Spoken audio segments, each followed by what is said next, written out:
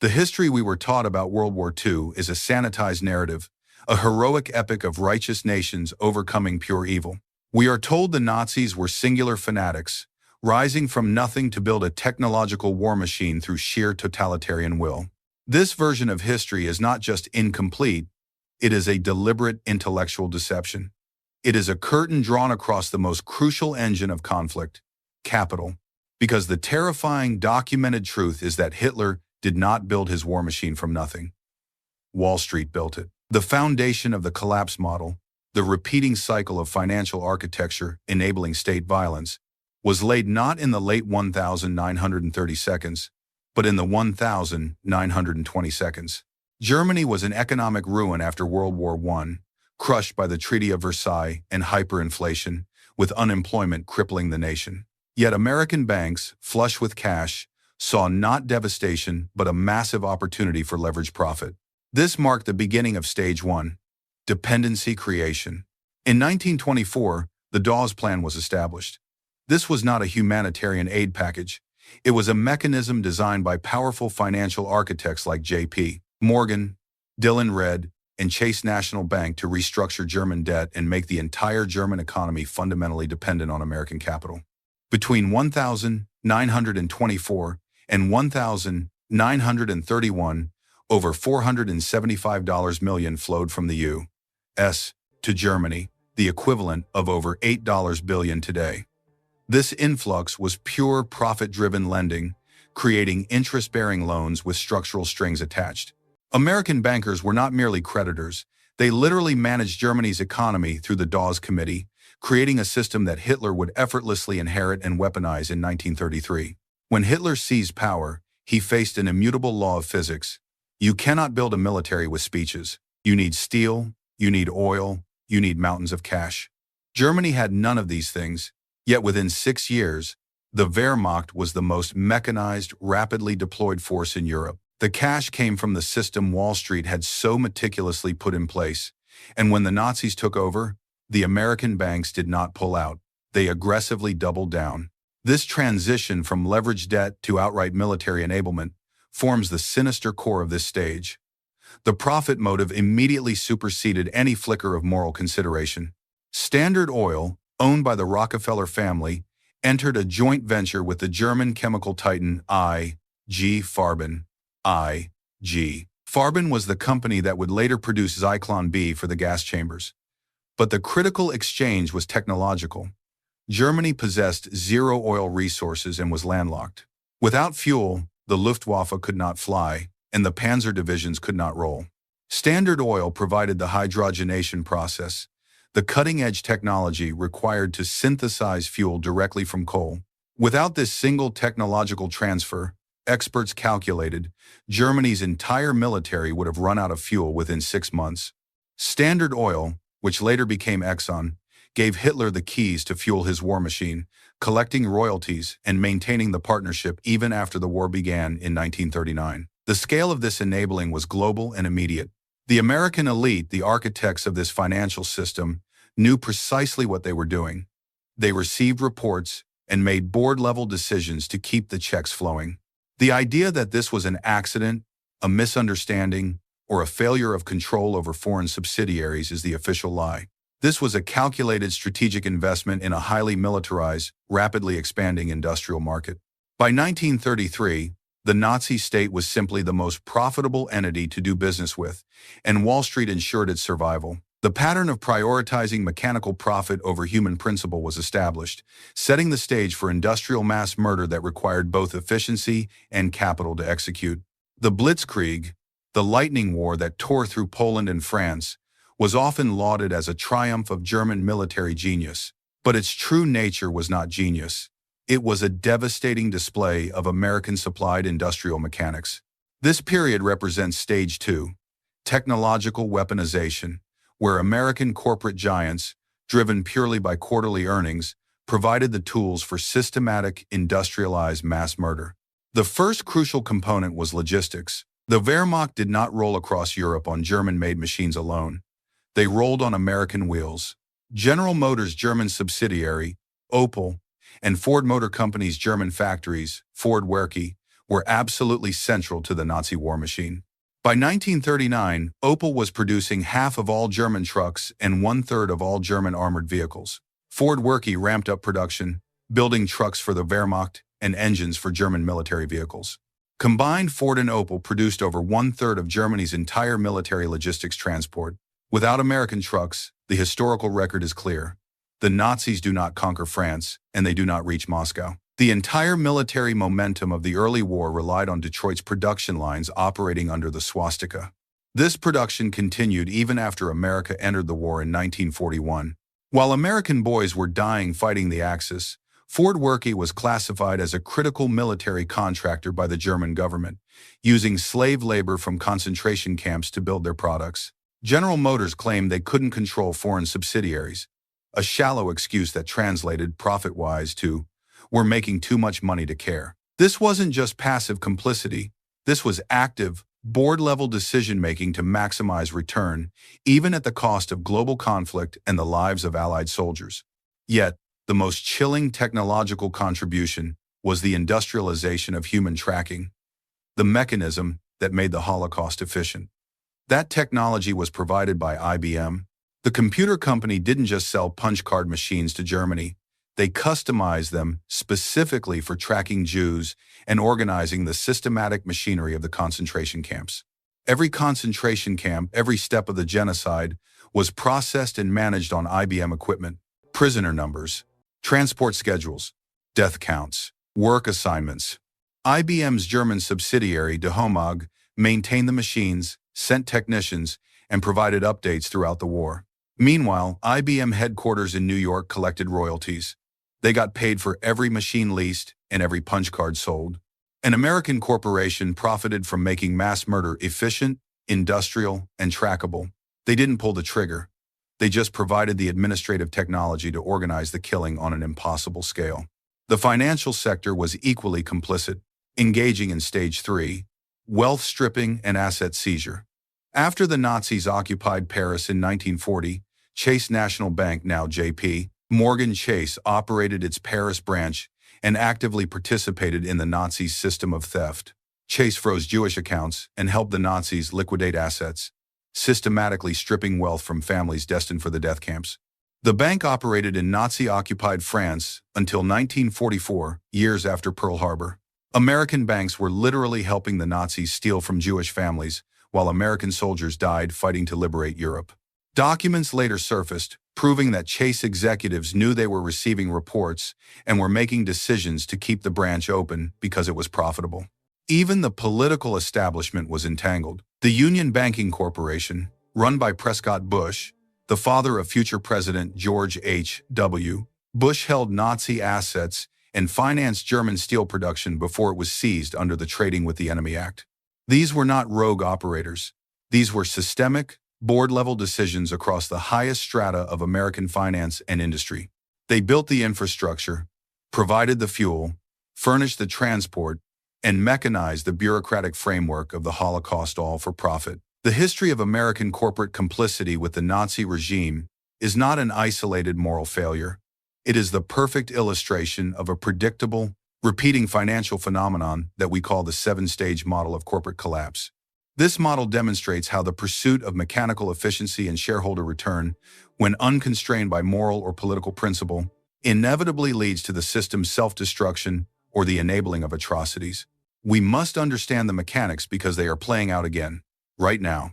The core principle is this: corporations do not possess morals, they possess shareholders. The primary directive is not peace or human rights, but returns, quarterly earnings, and stock price appreciation. If doing business with a genocidal regime is both legal and profitable, the executive class will, by the cold calculus of the market, choose that path every single time. Let us define the stages of this systemic breakdown, positioning the 1,930 seconds as the catastrophic template and the current global economy as its echo. Stage 1. Dependency creation, 1,920 seconds. Financial architects float debt and structure economies, like the Dawes Plan, to make them reliant on foreign capital. This ensures that the local political structure, no matter how extreme, must maintain the flow of interest and production to survive. Stage 2. Technological weaponization, 1933 to 1939. American industrial giants transfer core technology, Standard Oil's synthetic fuel, IBM's tracking systems, GM, Ford's vehicle production, to the authoritarian state. This is the stage where the profit motive is prioritized over the explicit military threat being generated. Stage 3. Wealth, stripping, and asset seizure, 1940 to 1944. Financial institutions actively assist the regime in liquidating, freezing, and profiting from the assets of persecuted populations. Chase Bank in Paris. This normalizes the criminalization of targeted groups. Stage 4. Post-conflict immunity and political protection, 1945 to 1950 seconds. Despite documented atrocities, the companies are shielded from full accountability by the home government. They are deemed too big to fail or necessary for reconstruction. The Cold War and Marshall Plan, justification for protecting Ford, GM, and IBM executives. The files are sealed and classified to bury the truth. Stage 5. Systemic normalization of complicity. The current stage. Complicity with authoritarian regimes is no longer a scandal, but a legally defended, normalized cost of doing business. Corporations lobby heavily against regulation or sanctions. The excuse shifts from, "we can't control foreign subsidiaries," to "supply chains are too complicated." The United States is unequivocally at Stage 5. Stage 6. The facade of ethics, present day. Companies deploy aggressive public relations and philanthropy, like funding museums and charities, to polish their image while continuing ethically compromised operations. Modern ESG, environmental, social, governance frameworks often function as a public shield for underlying human rights violations in the supply chain. Stage 7. Historical amnesia and repetition. The public forgets or was never taught the true history due to lobbying and control of the narrative, allowing the cycle to repeat with different countries and different products, but the exact same profit motive and excuses. The aftermath of World War II perfectly illustrates Stage 4 immunity. When the war ended, the Nuremberg trials prosecuted German executives from I.G., Farben and Krupp, but the American companies were protected. The U.S. government needed their industrial capacity for the post-war reconstruction of Europe, the Marshall Plan, and the looming Cold War. The audacity of the architects was staggering. Ford demanded and sought compensation from the U.S. government for Allied bombing damage to his German factories' plants that had been building trucks for the Nazi Wehrmacht. General Motors sued the U.S. government for $33 million in damages to their Opel plants caused by Allied bombs, and they won, receiving taxpayer compensation for factories that had been making Nazi war machines. Accountability was not just avoided, it was actively reversed. These companies not only escaped punishment for arming the enemy, but were reimbursed by the American taxpayer for the damage sustained while doing so. The settlements that finally occurred decades later were pathetic pocket change compared to the profits earned. IBM denied knowledge for 60 years and only settled privately in the 2000s. No admission, no apology, just make it go away money. This lack of consequence ensures the pattern will continue. The chilling revelation of the 1,930 seconds is that the system is not broken. It is working exactly as designed.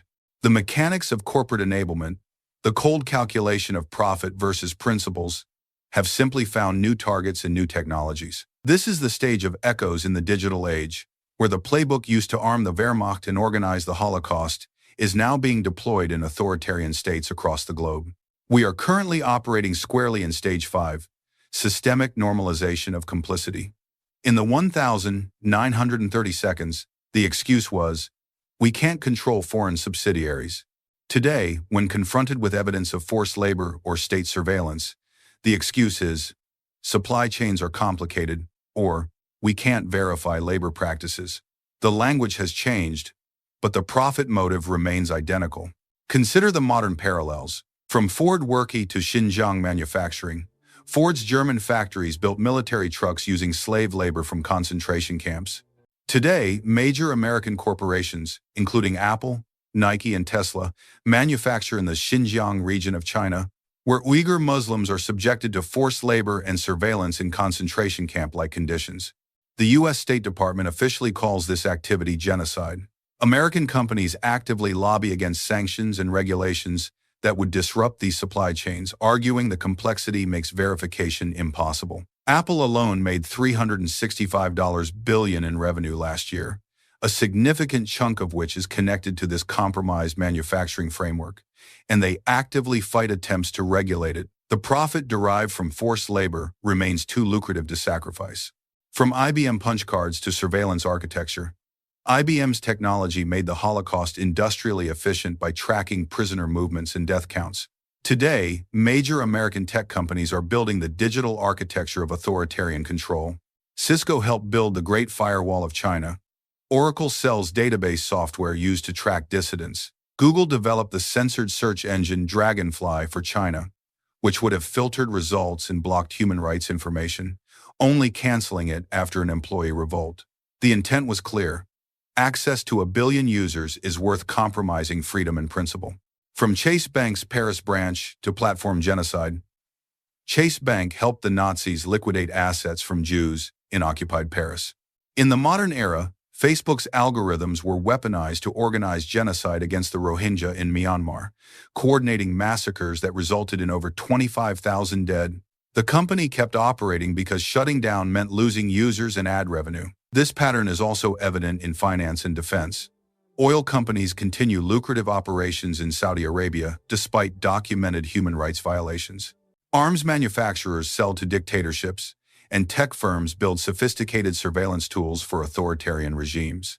The moral calculus is precisely the same as it was in 1933. Profit versus principles, and profit wins every single time. The executives driving these decisions often justify them by claiming they are creating jobs, that they cannot compete if they don't, or simply that it's complicated. Simultaneously, they engage in stage 6, the facade of ethics, donating to charity, funding museums, and sponsoring schools to polish their public image. This mirrors the post-war behavior of Ford, GM, and IBM. As the bitter truth reveals, one can build hospitals with one hand and enable systemic atrocities with the other. So long as the hospitals are visible and the atrocities are hidden, the public will remember the company as a hero. This deliberate campaign of ethical normalization is the critical factor keeping the cycle of corporate collapse in motion. The final stage of this analysis is perhaps the most crucial. Recognizing that the history of Wall Street building the Nazi war machine serves as an inescapable mathematical calculation about corporate behavior, not a historical anomaly. The conclusion, therefore, must address how this pattern of impunity, stage 7, historical amnesia and repetition, was engineered and what actionable intelligence we can derive from it. The most damning consequence of the corporate complicity in World War II was the deliberate burial of accountability. After the war, American companies like Ford and General Motors did not face criminal prosecution for using slave labor or arming the enemy. Instead, they were granted political immunity under the pretext of necessity for the Cold War and Reconstruction efforts. The U.S.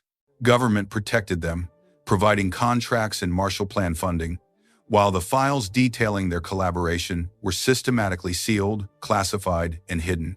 It took 50 years and aggressive lawsuits in the 1,990 seconds for researchers to uncover the full scope of the financial and technological enablement.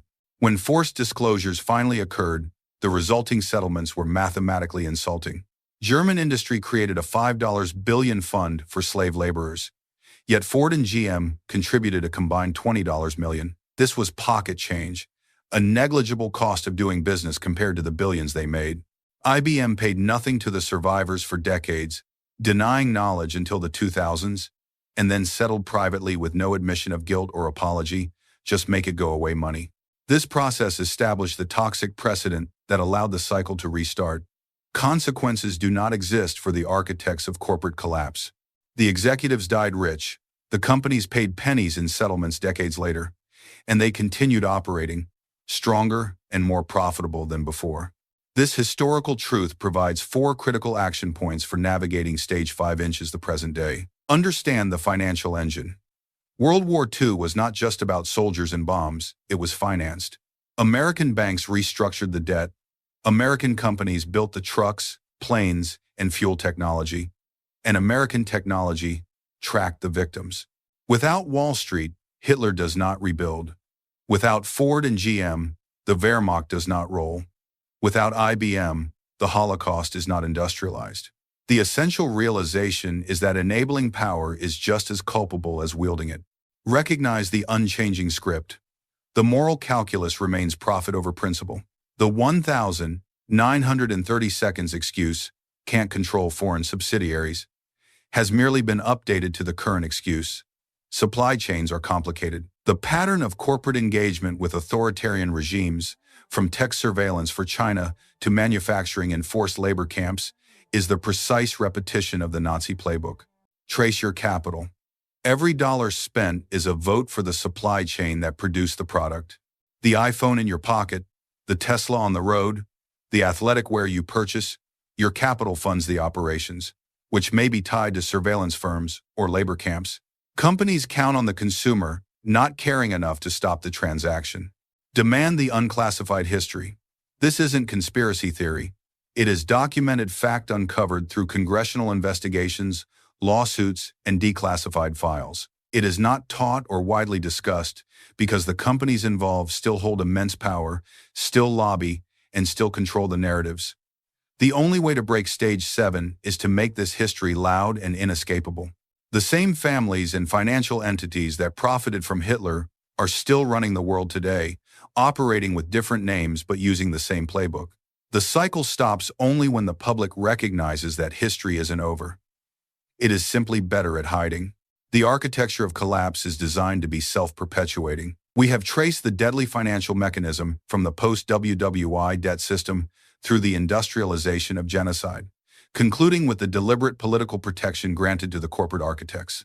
This historical journey should instill not despair, but a profound clarity. The forces driving systemic crisis are not mysterious, but mathematically predictable. They follow a playbook, and they operate under the simple, unchanging mandate of maximizing shareholder return, regardless of human cost. The only defense against stage 5 normalization and the inevitable descent into crisis is the recognition that the power of capital must be met by the strength of documented truth. The current market signals are not random noise. They are echoes of the past, signaling that the system, if left unchecked by principle, will always choose profit over peace.